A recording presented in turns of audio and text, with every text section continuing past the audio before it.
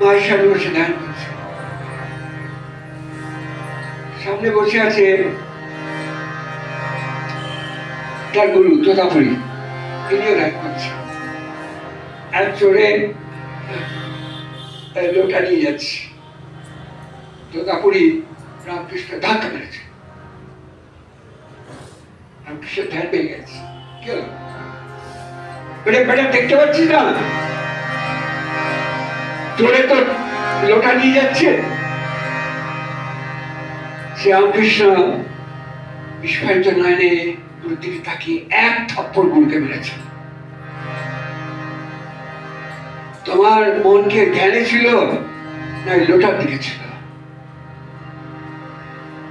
গুরুকে থাপ্পড় মারলেন, আর গুরুকে বললেন এটা পরীক্ষা করছে, এটা আমায় পরীক্ষা করে দিচ্ছে, যেমন শিষ্য তেমন গুরু।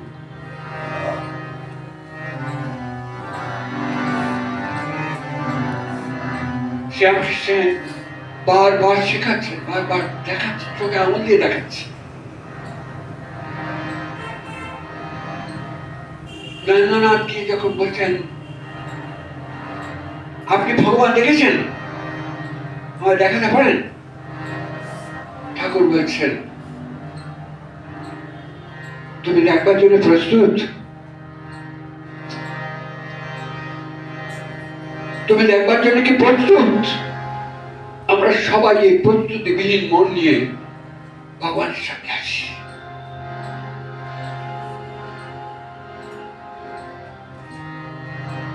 ঠাকুরের শিষ্যরা অভেদানন্দের জীবনে পড়ে জানতে পারি, তিনি দক্ষিণেশ্বর যাচ্ছেন, রাস্তায় নাম করতে করতে যাচ্ছেন। ঠাকুরের সামনে গিয়ে দাঁড়াবো, এটি বড় কথা, ছোট কথা? প্রস্তুত করছেন নিজেকে। আমরা প্রস্তুতিবিহীন অবস্থা যাই। মন্দিরে ভিখারি এসেছে, সবাই দুধ করে দাঁড়িয়ে দিচ্ছে, ভিখারি স্তোত্র পাঠ করছে, মন্ত্র বলছে, মায়ের মূর্তি কেঁপে উঠছে। প্রসাদ খেতে গেছে, সেরা নোংরা জামা কাপড় দেখে তাকে তাড়িয়ে দিচ্ছে, দূর করছে। ওই ফেলে যাওয়া প্রসাদের অংশ খেয়ে ভিখারি যখন চলে যাচ্ছেন, শ্রীরামকৃষ্ণ হৃদয়কে বলছে যা যা যা যা ওর কাছে গিয়ে জিজ্ঞেস কর ভগবানকে কি করে পাওয়া যায়। হৃদয় যাচ্ছেন, ভিখারি দূর করে তাড়িয়ে দিচ্ছে, তখন হৃদয় নাচর বলছেন যখন গঙ্গার জল নর্দমার জল এক হবে তখন ভগবানকে পাওয়া যাবে। ছোট কথা নয়, এ সাধনার কথা,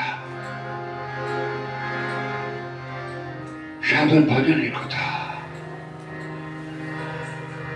আজ বলছেন তুমি গান গাইছো, গাইতে থাকো, কোনো এক জন্মে তুমি গায়ক হবে, তেমনি কোন এক জন্মে তোমায় পাবো,